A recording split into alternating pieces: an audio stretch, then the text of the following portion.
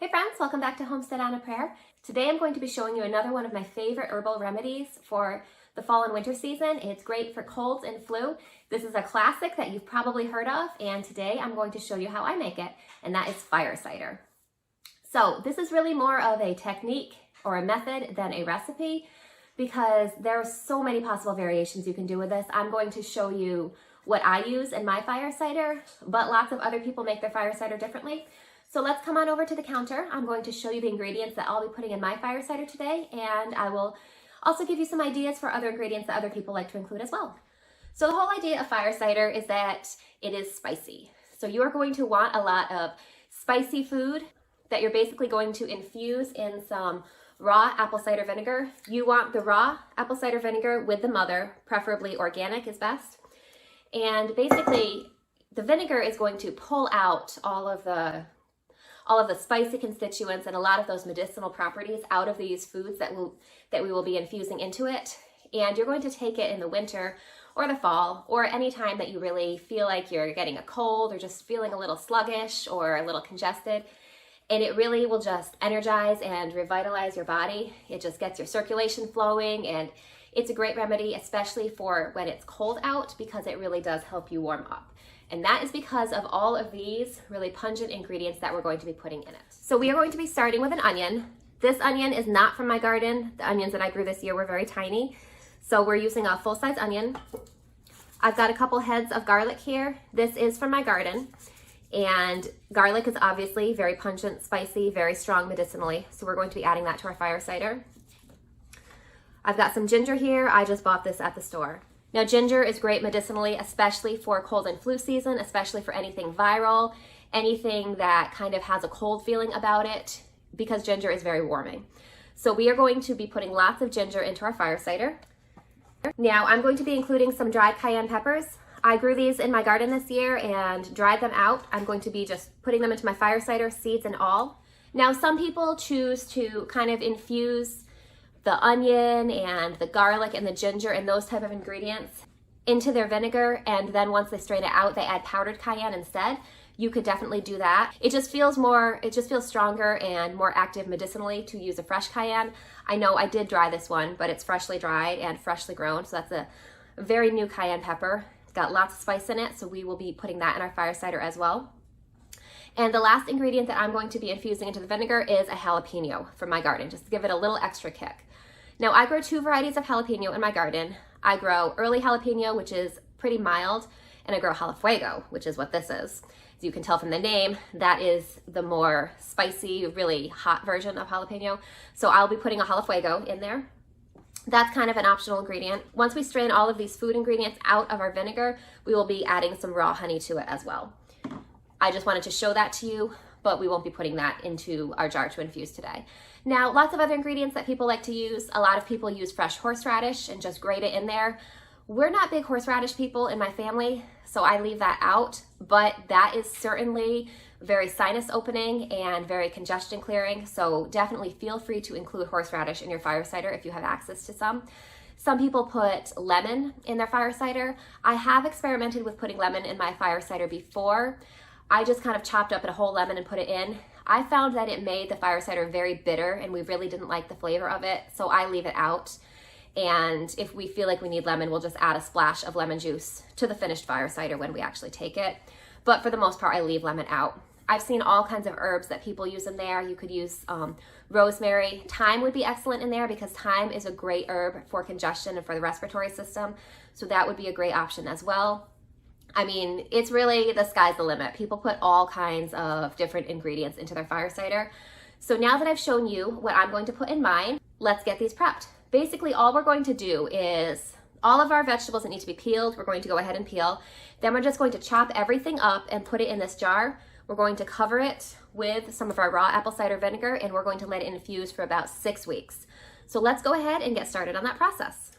So for the cayenne, I already split these lengthwise while they were drying, so I'm just going to give them a really rough chop and then toss them in. These are already, as I said, they're split lengthwise, so the inside of the cayenne is already exposed to our vinegar. And I'm going to go ahead and include all of the seeds in this as well. If you're familiar with hot peppers, you know that the seeds are where a lot of that heat really lives. So we want to make sure that we get those in here. Now, let's go ahead and peel our onion and get it chopped up in our jar.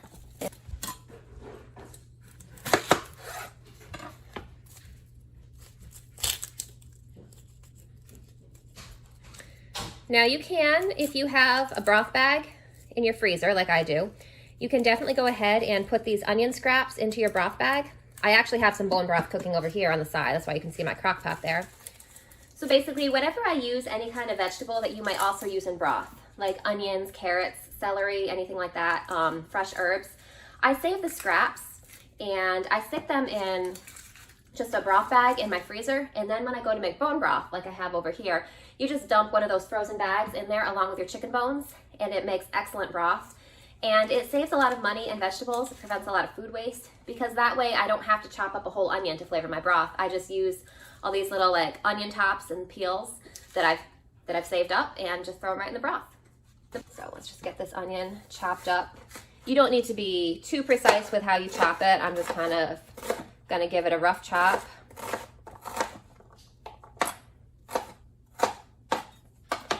And you know, I forgot to get my canning funnel. I'm going to put that in there. It's going to make this jar a lot easier to load up.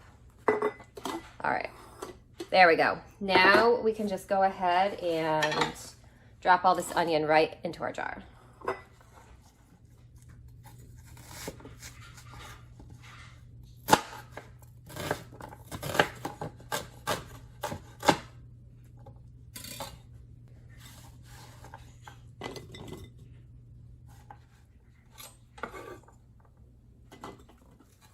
Okay, so I'm not even really going to bother chopping our garlic that much. I'm just going to peel it, get the cloves out. I'll give it a good smash and maybe cut it in half or quarters depending on how smashed it is. So let's just get all this garlic peeled up, rough chopped, and add it to our fire cider. So in my experience, garlic is a lot easier to peel if you give it a good smash first, kind of crack the skin open. Now this garlic is on the fresher side. It's not completely dried yet because we just harvested this not that long ago. So it doesn't peel as easily. But see, I just gave this clove a good smash and I don't think it even really needs to be chopped more. I'm just gonna go ahead and give all these cloves a good smashing. It's a great way to get some aggression out if you've got a little pent up aggression that you need to deal with.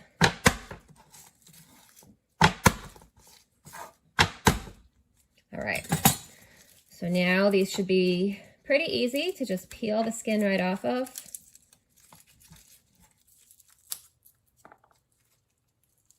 So some of these will need a little bit of a rough chop, but smashing gave us a really good head start here. Oh, a little bit of garlic left behind in that skin. We can't have that. We need every little bit of garlic goodness we can get. So we got our garlic all peeled. Doesn't need a real lot of chopping, but I'm just gonna give it a quick rough chop here. So incidentally, when you're using garlic for medicine, once you chop it, when it's exposed to oxygen, it activates a compound in the garlic that is going to make it a lot stronger medicinally. So if you're taking your garlic for medicine, it's best to chop it and let it sit exposed to the air for 5 or 10 minutes before you really do anything with it. That's not going to be an issue here because we're just going to be putting it into our jar and it's just going to sit while we chop up the rest of our ingredients. So let's just get this added in. So one of the beautiful things about fire cider is how flexible this recipe is.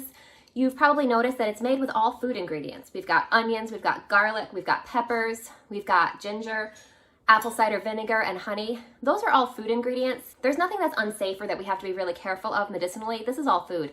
And so I don't need to be that precise. I say I have to have 15 grams of garlic and 12 grams of onion or whatever it is. You can just put in an onion and a couple heads of garlic and just a couple little fingers of ginger. Just kind of whatever you feel like doing, go for it because this is all food. So we're just going to get our ginger peeled and chopped and added to our fire cider. So people peel ginger all kinds of different ways. A lot of people I know peel it with a spoon or a knife. I just use a vegetable peeler. I find that to be the quickest, the easiest.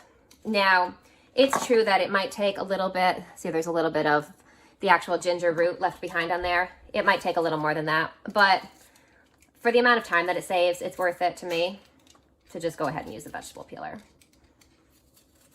And this smells, even just preparing fire cider is a medicinal experience because it smells really pungent in here.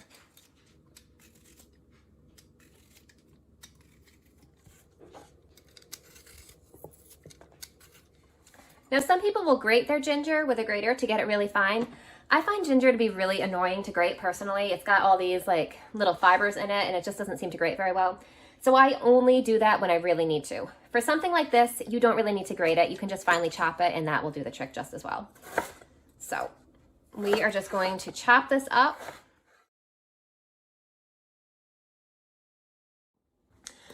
So we've got our jar of beautiful spicy goodness all filled up.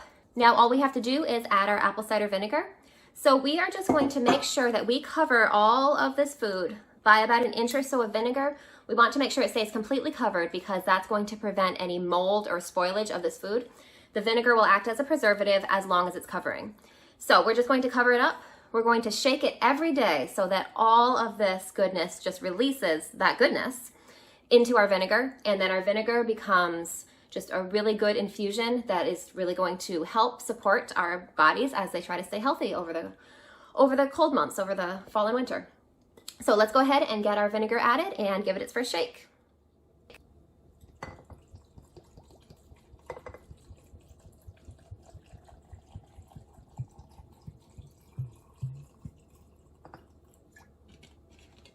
So some of these vegetables are trying to rise to the top. That's going to be fine as long as we shake it every day just to make sure that they do eventually submerge. Now, you may notice that there's not very much room in here for honey. That's fine because we're not going to add the honey until we strain all these vegetables out, and that will make room for our honey. Now, because this vinegar is so acidic and we're going to be shaking it every day, we do not want our lid and our ring for our jar to rust. I'm going to cover it with probably a double thickness of plastic wrap just during the shaking period so that we don't have to worry about this lid getting rusty. So, just going to put this on here. We're going to fold it back over itself. Then I'm just going to cut off this extra so that it doesn't get in our way. So here's our jar of goodness. We're going to let this infuse for probably about 6 weeks. You want to let it infuse for at least 4. I think they say 30 days or 4 to 6 weeks. I usually go probably about 6 weeks. So we're just going to let this fully infuse, and then I'm going to meet you back here. We're going to strain this out, we'll add our honey, and then we are going to sample the final product. So meet me back here in a few weeks. Hey friends, welcome back. It's been 6 weeks. Our fire cider has finished infusing and it's ready to strain. Now if you can see in here, you can see that a lot of these vegetables and herbs have really lost a lot of their color. That's because all of the goodness in them has been pulled out of the original plant material and pulled into the vinegar. So this vinegar is going to be super strong and really infused. So we're going to go ahead and strain this, and then we're going to add some honey, and then it's going to be all done. So first I'm just going to go ahead and strain all of this plant material out. So I'm just going to pour it through a stainless steel strainer and into this 4-cup measuring cup here. Now you'll remember that we lined our jar while it was infusing with a double thickness of plastic wrap. That is because we had to shake it every day to make sure, or at least shake it as often as possible. And wow, it got really strong smelling in here as soon as I took that plastic off. But we had to remember to shake it every day, and we didn't want this to come in contact with the vinegar and start to rust. So that's why we had that here. So I'm just going to throw this out, and then we're going to get this strained. All right, so we're just going to pour this in here, nice and slowly and carefully. So I don't think I'm going to be able to fit all of this plant material in here at once. So I'm just going to fill this up as much as I can. I'm going to press on it with my wooden spoon to try to get as much of that infused vinegar out as I can. And then this is just going to go in the compost. There really isn't anything left in it. I have heard of people dehydrating this or freeze drying it, just all this plant material that's left behind, and then grinding it up into a powder and using it as a seasoning. So that is definitely something that you could give a try to. Right now, I don't think I have a lot of use for that type of seasoning, so I'm just going to compost this. but you could definitely feel free to experiment with that. And if you do try it, leave a comment and let me know how it worked, because that might be something I might try in the future. For today, I have a lot going on and I'm not really concerned about saving this, so we're just going to compost it. All right, so I think I've gotten about everything out of this batch that I can. I'm gonna compost this and then we'll strain out the rest.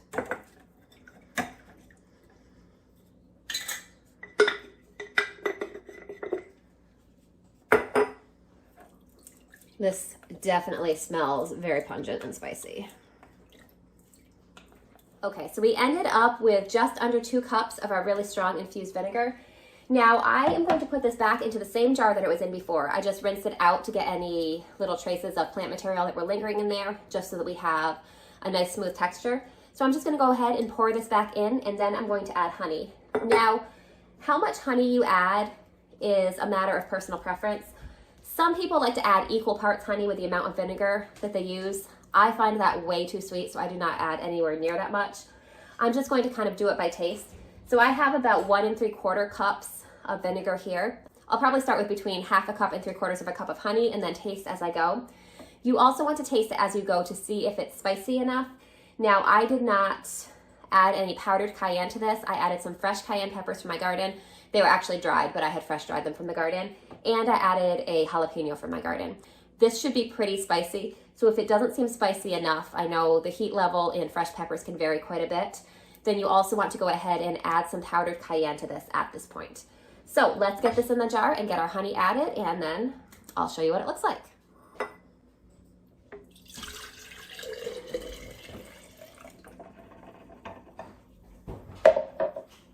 All right. So here's our vinegar. Now I gave you guys a really rough estimate on how much honey I'm going to add. I'm not going to measure, so I don't really know exactly how much it's going to be. One thing to note is that you do want to use raw honey, because this is not a cooked product and the honey is part of the medicine. A lot of the healing properties of this medicine really come from the honey itself. So you want to make sure that you use raw honey, which does not have, it hasn't been heated and had all its beneficial enzymes killed. So we're going to go ahead and add some raw honey into there and mix it up.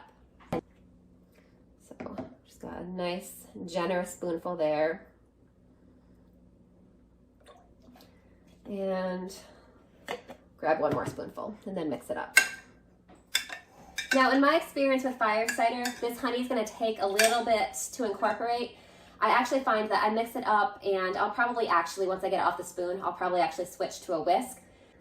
It's a little bit of work to get it to really mix in the beginning. So let me go grab my whisk, and that should give us a little head start. All right, so let's go ahead and scrape the honey off the spoon. Get it nicely whisked up.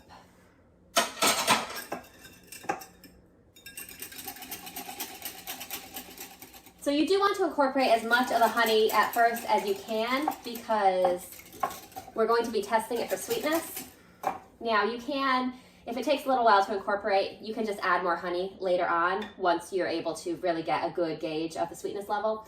The same goes for powdered cayenne. You could add that anytime too. But I'm gonna try to finish it all up for this video so you guys can see the final product today. So I'm gonna try to give it a good mixing here. There. So you can see that most of the honey's incorporated, but down at the bottom, there's a little bit that hasn't really mixed in yet.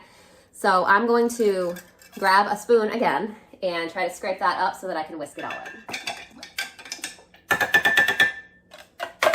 All right, let's give it another good whisk, and hopefully that does it. All right, so that's not perfect. You can see there's a little bit on the bottom that will still incorporate over the next few days, but we got the majority of it.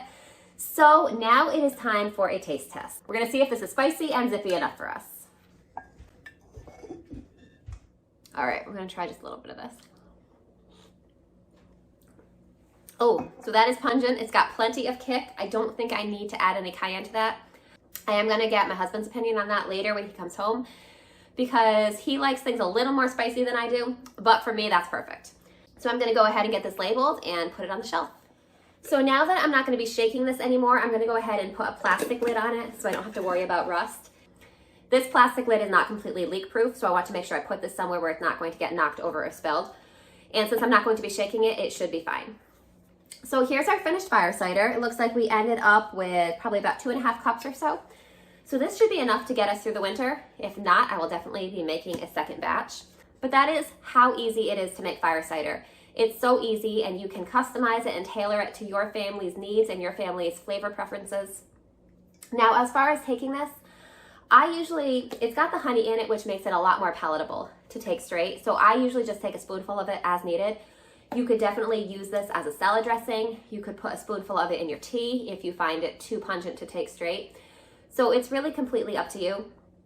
Now, as far as dosing, this is food-based medicine. Because this is made with all food products, you don't really need to be that precise with dosing.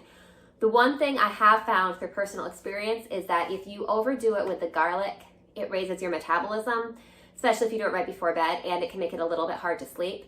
So if you're taking it for days on end regularly, I wouldn't go too crazy with it, especially right before bed.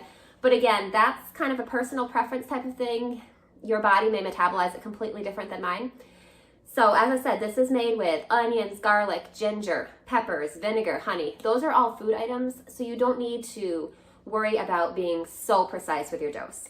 So what we do is we just take this when we have any kind of congestion or respiratory infection, sore throat, anything like that. And it just really boosts your circulation, and it just kind of helps your body to really be able to fight off that infection a little more. It just gives your body a little extra boost. So we really like it. If you've tried fire cider before, let me know. Do you use the same type of recipe that I do, or do you include different herbs or vegetables in your fire cider? Because I know there's so many different ways to make it. So go ahead, if you have any other ingredients that you like to recommend for fire cider, go ahead and leave those in the comments. I'm going to read through them, and I encourage everyone watching this video to read through the comments as well and to get some new ideas. So no matter how you make your fire cider, I definitely encourage you to make it somehow. So I hope you guys are having a great day. I hope that you have a nice, healthy cold and flu season, and I hope to see you guys again soon. All right, guys, I'll see you next time. Bye.